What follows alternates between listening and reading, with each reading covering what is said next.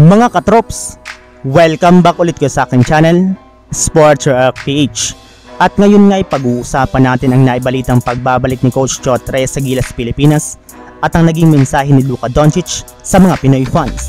Pag-uusapan na rin nga natin ngayon dito sa ating panibagong video ang balitang magsasign pa nga po ng isa pang bagong player ang koponan ng Los Angeles Lakers.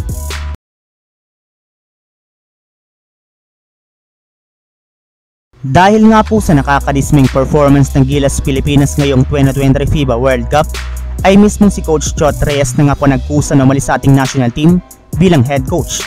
Kaya napilitan nga pong SBP na palitan siya ni Coach Tim Cone para sa darating na 2023 Asian Games na gaganapin sa China. Pero sa kabila nga po ng pagkakatanggal ni Coach Chot Reyes sa Gilas Pilipinas, ay inamin na rin naman nga po nito sa harap ng media na willing pa rin naman nga po siyang bumalik sa ating national team para tulungan ito sa kanilang mga gagawing paghahanda para sa kanilang mga sasaliang kompetisyon. Yes, hindi para naman nga po niya sinasarado ang posibilidad ng pagbabalik niya sa Gilas Pilipinas, hindi bilang head coach, kundi bilang staff. Loyal para naman nga po siya sa ating national team, kaya handa nga po niyang gawin ang lahat ng kanyang makakaya upang matulungan ito sa kanilang mga darating na laro. Samantala, pumunta naman tayo sa ating sunod na pag-uusapan sa naging mensahe ni Luka Doncic sa mga Pinoy fans. Sa unang pagkakataon nga po simula ng tumungtong ng Pinas si Luka Doncic ay sa wakas, nanalo na naman nga po ang Slovenia sa kanilang classification game laban sa Italy. At katulad nga po ng inaasahan, nanguna nga po sa kanilang team si Luka Doncic na muntikan ng makapagtala ng triple-double sa kanyang 29 points, 10 rebounds at 8 assists.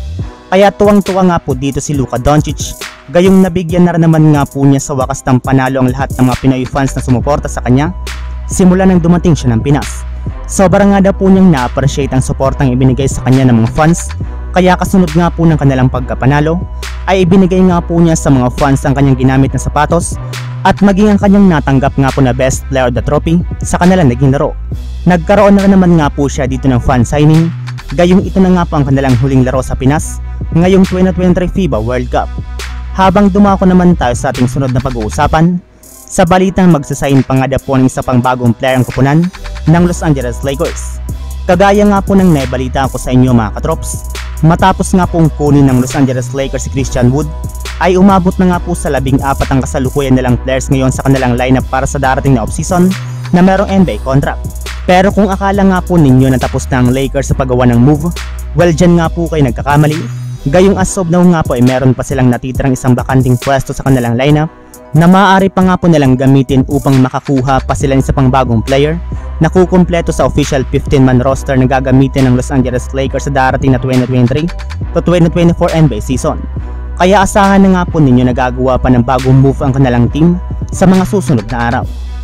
So yun lang mga katrops, ang handog kong story ngayong araw. Sana nag-enjoy kayo, please like and subscribe my YouTube channel, Sports React PH, para sa iba pang story at update patungkol sa NBA.